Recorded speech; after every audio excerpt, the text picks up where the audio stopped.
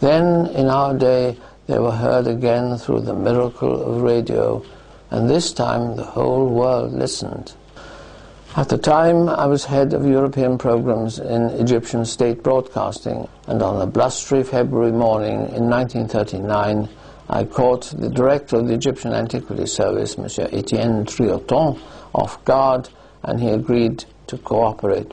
The broadcast was to take the form of an interview in which I would ask Alfred Lucas, a much respected figure in archaeological circles, and oddly enough, in the world of criminology, to recall the scene of that historic opening of Tutankhamun's tomb in the Valley of the Kings in 1922. Lucas was the last survivor of the little band of men involved, and so to the trumpets themselves. They are still displayed in the Cairo Museum. They are unique in that nothing like them has been found before or since. Seemingly, they are in perfect condition.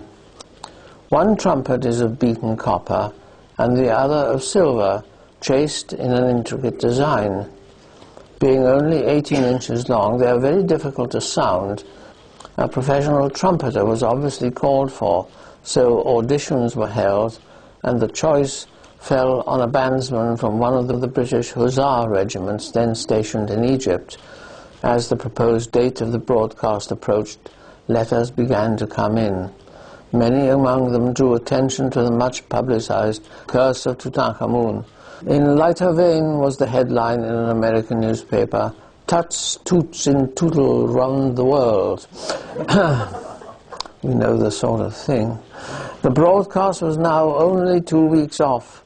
First attempts to blow the trumpets resulted in ear-splitting discord.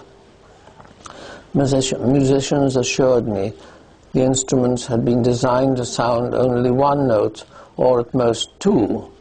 Nevertheless, I was determined to make them produce a simple tune, and this would call for 3 or 4. Rehearsals were held in one of the workshops well away from the museum itself, so that the noise would not disturb visitors. It was on the morning of the second rehearsal that the curse struck. The bandsman was making valiant but unsuccessful attempts to extract 3 notes from the copper trumpet, while Rex Engelbach, the keeper of the museum, and I stood by watching and trying not to hear. The door opened and in walked King Farouk. Paying an unofficial visit to the museum and hearing the extraordinary noises, he had come along to investigate. He was accompanied by the director of antiquities. Engelbach at once moved to greet the king. Out of the corner of my eye, I had seen the bandsman, not one jot put out by the king's arrival, pick up the silver trumpet. Then came the sound of a sharp blow, followed by a tinkly noise. We spun round as one man. There, a picture of stupefaction, stood the bandsman, in his hand only the stem of the trumpet. The rest of that priceless relic lay around his feet. A moment of stunned immobility. Then all of us, including the king, were down on our knees in the dust, searching for fragments of silver. At the time, the disaster seemed inexplicable, but later it was discovered that the silver had become crystallized with the passage of the millennia and was as brittle as glass.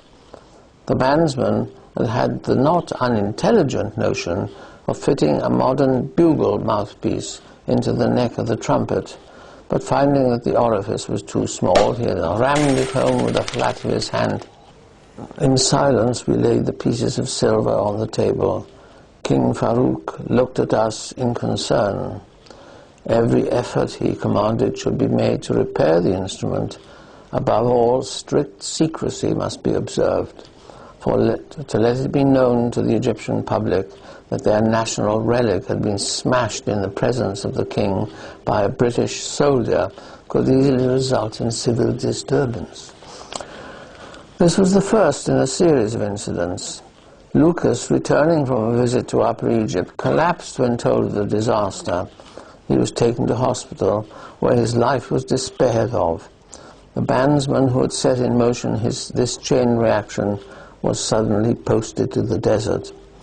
I began to wonder about the curse. Then the trumpet reappeared, restored and sounding loud and clear as before. As almost simultaneously, a trumpeter from another hussar regiment reported for duty, Bandsman Tappan. Then came the day of the broadcast, a Sunday. It was to take place in the museum at 6 o'clock in the evening. And when I left my bungalow around 5:30, I was in a fair state of nerves. I drove alongside the Nile, grateful for the lack of traffic, when from a concealed turning clattered a runaway horse and carriage, forcing me onto the pavement against a lamppost.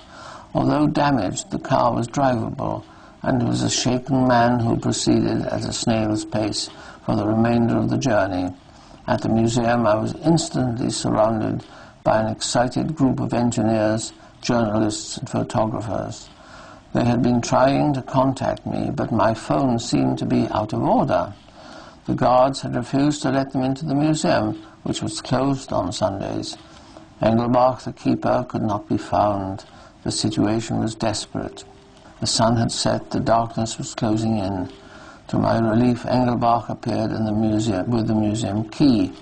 The whole group of us raced up marble staircases and along echoing corridors to the gallery selected for the broadcast, only to discover that the electric power had failed. By the gleam of a pocket torch, the engineers began feverishly to connect their apparatus to batteries and lines, while I rounded up two bewildered watchmen and firmly took possession of their electric lanterns to provide light for Lucas and one for me to read by. In all that great building there were only 2 points of light, one where the engineers were struggling to get in touch with London, the other held above my head, where it cast a pallid gleam on the drawn face of Lucas as he stood near the microphone. 5 minutes to go. Then abruptly the watchman's lantern failed. Looking back, it seems impossible, yet they flickered and died, both of them, and we were plunged into darkness. Miraculously, someone produced a candle, and with only that tiny flame flickering above the scripts in our hands, we were suddenly through to London and the BBC. 1 minute to go. From the corner of my eye I can see Lucas striving to look unconcerned, but the quivering of the script in his hand betrays his agitation. The half-seen treasures of Tutankhamun are in their cases all about us, grotesque and faintly menacing. Somebody clatters down the stairs, and something like a shudder runs through us while the echoes of his footsteps die eerily in the distance. Slowly the second hand creeps to 6 o'clock. The voice of the announcer sounds in my headphones. We are now taking you over to the Cairo Museum. My cue. And now the two trumpets will be blown by Bandsman James Tappan, who is here by permission of the Colonel and officers of the 11th Prince Albert's Own Hussars. I must explain that neither trumpet is easy to sound, and this is particularly true of the copper instrument. The silver one will be heard first. I shoot a rapid glance into the shadows beyond the microphone. Bandsman Tappan has raised the trumpet to his lips. Pray heaven it's the silver one as arranged. I catch Engelbach's eye, and he nods encouragingly. Charles Workman, the announcer, is now standing, his face the color of parchment, ready to give the introduction. I have reached his cue. I raise my hand. I can see him draw a great breath, and then his voice rings out. The trumpets of the Pharaoh Tutankhamun, Lord of the Crowns, King of the South and North, Son of Re. What fine high-sounding titles they are, and how his voice goes rolling down the corridors of time after 3,000 years. I look towards Bandsman Tappan, standing stiffly at the ready, trumpet to lips, awaiting my signal. He seems least affected of us all. Engelbach is leaning forward, rigid. Intense moment this. Time and space would be bridged. We were to cross the gulf dividing us from ancient Egypt, and for a few seconds breathe life into her dead bones. I drop my hand, and sharp and clear, this silver voice of Egypt's glorious past goes echoing to the four corners of the earth.